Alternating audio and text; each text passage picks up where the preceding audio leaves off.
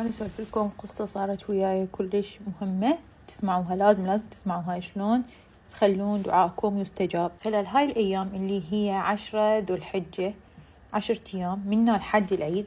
سمعت فيديو يقولون إنه أنت إذا تريد دعائك يستجاب فهي هاي الأيام هي مباركة والله وصى بيها كلش، وإحنا يعني لازم نجتهد بالدعاء. يعني الدعاء بهاي الأيام. شو تريدون؟ يعني حتى الشيء اللي شبه مستحيل يصير عندكم، يعني انت تصير ملياردير.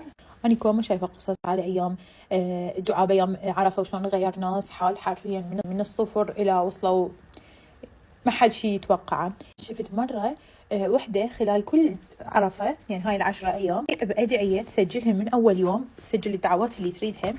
تريد تسافر، تريد تصير غنية، تريد تاخذ هجي شهر، كل شيء. ترزق بأموال، ترزق بزوج صالح، ترزق بأولاد، يعني أي شيء. دعوات تجيها. وحدة كانت تريد تعيش بدبي، تكتب دعوات، مثلا دعوات عرفة مال سنة 2020. كل سنة هي تكتب الدعوات، وقبل كل عرفة يعني مو 2020 لحد ما تيجي عرفة مال 2021 تطلع الدعوات مالتها، وتاني كلها صارن، واللي ما صارت لها شغلة أحسن منها. هالقد ما عندها يقين، وتتأكد إنه لو هاي صايرة كان يعني أبد مو زين إلها. يعني ما أقولكم يعني يتحقق كل شيء 100%، لأن إحنا اللي نريده ما نعرفه شنو بيصح إنه يجوز يتحقق 20%.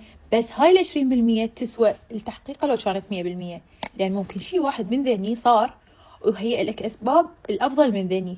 بس يعني شنو أهم شيء؟ اليقين بالله إنه هذا ربك راح ينطيك ويرزقك أشياء فوق توقعاتك، فوق ما أنت، وأشياء لصالحك. لذلك ادعوا بأيام عرفة، ادعوا شو تريدون تدعون، ادعوا. يعني من اليوم ثبتوا لكم دعوات اللي تريدوها، ويوميا ردوا بيها منا لحد يوم عرفة. ويوم عرفة اجتهدوا بالدعاء، وحتى بيوم العيد، لأن هي هاي وليالي العشر اللي الله أقسم بها بالقرآن، اللي هي قد عظيمة عند ربنا. هم لازم ندعي بيها، نسوي بيها عبادات. اللي يقدر يصوم خليه يصوم. الطلاب السادس ادعوا بيها.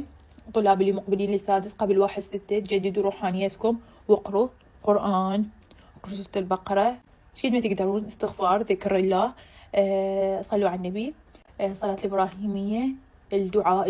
ادعوا بأي شيء تردوه، إن شاء الله يصير اللي تردوه. وأكد لكم إنه قبل لا تيجي السنة الجاية انتوا راح تشوفون أحلامكم تقريبا كلها متحققة. شوفون يعني تخيلوا مرة حتى كنت كاتبة نوع التليفون اللي أريده، وقبل عرفة يمكن بشهر يجاني هذا التليفون بوحدة من السنين. يعني هاي دعوة واحدة من السنين. تتخيلون يعني ترى التليفون أمام عظمة ربكم وهو مالك الملك لا شيء. يعني تخيلوا انتوا رايحين المالك